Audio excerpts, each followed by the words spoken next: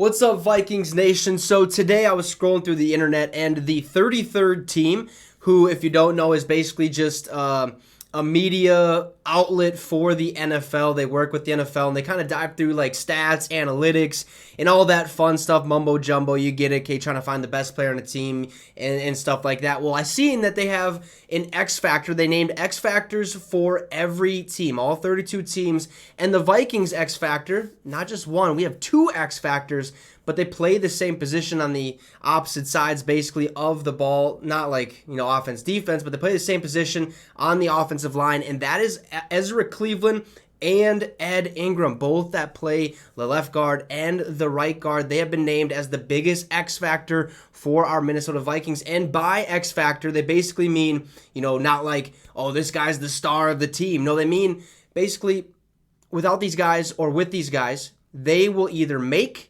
or break the team, make or break the record, make or break the season, stuff like that. So these are two guys that we have to look at, and I think we kind of seen that last year with Ed Ingram going into play in his rookie season. Didn't look all that great. It was one of the positions that we wanted to look at going into the draft and stuff like that. Ezra Cleveland has been okay. He's been more inconsistent than we would like him to be, but these guys are definitely the X factors for our Minnesota Vikings, because if they don't play good ball, hey, we could lose a lot of games. And last year we had a lot of one-score games, a lot of close battles and stuff like that. And these guys were basically some of or part of the reason for that. And so the 33rd team basically had this to say about it.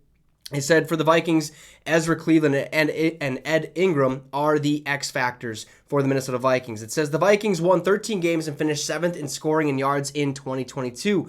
All season long, okay, their film showed the type of consistent, pinpointed weakness that can torpedo a season in crunch time. And that's exactly what happened, right? Now, despite having invested a 2020 second-round pick in left guard Ezra Cleveland and a 2022 second-rounder in right guard Ed Ingram, Minnesota constantly had to overcome deficient guard play.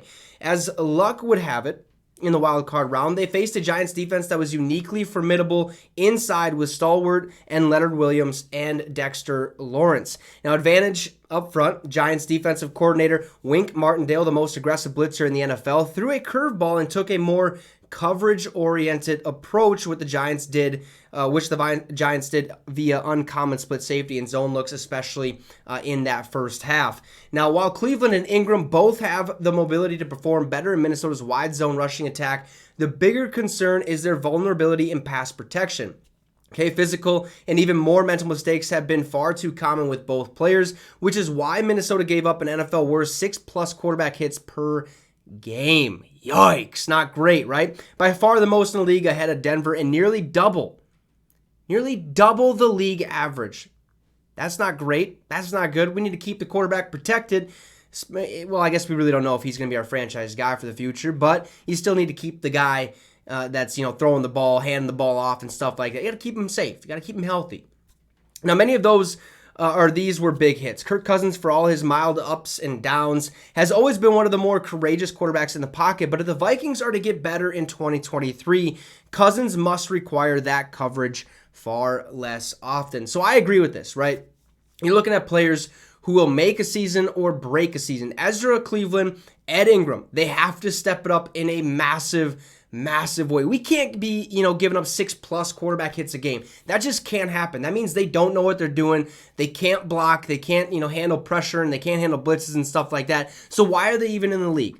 Okay, but they showed at times where they can be very, very good and play some good ball and protect Cousins here and there. At the same time, we got to clean it up. Okay, the inconsistency has to go. It's year 2 for Ed Ingram, year 3 or something like that for Ezra Cleveland. So these guys should be getting into the groove of things and really start to come together as a unit. So I do believe that this is our biggest X factor, Ezra Cleveland and Ed Ingram. You guys can let me know in the comments who you think our biggest X factor is. Do you agree with this statement? Also, drop a like and subscribe to the channel. It would be much appreciated. Have a great rest of your day, folks, and Skol Vikes.